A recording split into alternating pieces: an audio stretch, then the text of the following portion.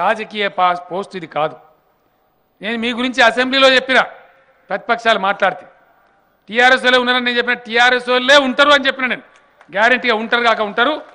ఎందుకంటే వాళ్ళు అన్నం తిన్నా ఆగమైనా ఉపాసం ఉన్నా 14 ఏళ్ళు పేగులు దిగేదాకా తెలంగాణ కోసం నా ఎంట ఉండి కొట్టాడినరు. ఇలా బంగారు తెలంగాణ కూడా కావాలే చేస్తారని కూడా మిమ్మల్ని నమ్ముకొని నేను అసెంబ్లీలో చెప్పిన.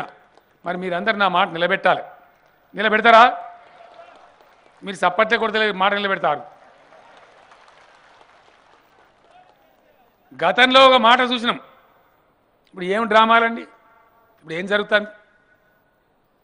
కాళేశ్వరం ప్రాజెక్టు మీద 200 కేసులా తిడతారు జడ్జీలు, అయినా కూడా సిగ్గులేదు. నీళ్ళు రావద్దు, నీళ్ళు వస్తే టీఆర్ఎస్ అని కూడా వస్తుంది. ఇదే దందా? ఇవి ప్రతిపక్షాలా?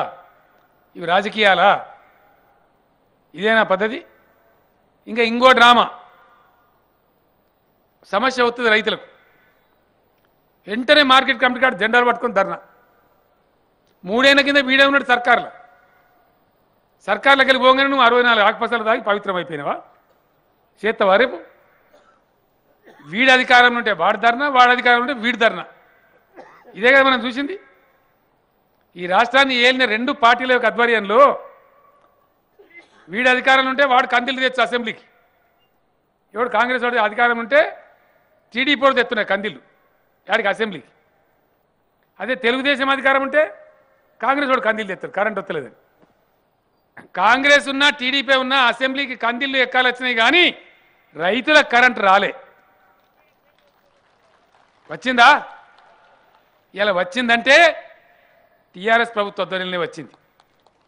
రేపు కూడా ఈ మార్కెట్ కమిటీ కాడ ధర్నాలు చేసి మొసలు కన్నీరు గార్చే దొంగలు కానీ, ఈ బట్టేబాది రాజకీయం కానీ మన రైతులకు సహకరించదు. ఈ మొసలు కన్నీళ్ళు మన రైతుల కన్నీళ్లు తుడువై ఇవాళ ఏర్పడ్డ ఈ 1,61,000 రైతు సమన్వయ సమితిల సైన్యమే తెలంగాణ రాష్ట్రం యొక్క రైతాంగం యొక్క దుఃఖాన్ని కడతీర్చాలి. వాళ్ళను తీరానికి చేర్చేటువంటి నావ కావాలి. ఏంటండి, వీడియో నచ్చిందా? అయితే ఓ లైక్ వేసుకోండి, లేదంటే ఓ కామెంట్ చేయండి. ఎప్పటికప్పుడు మా వీడియోస్ చూడాలంటే సబ్స్క్రైబ్ చేసుకోండి.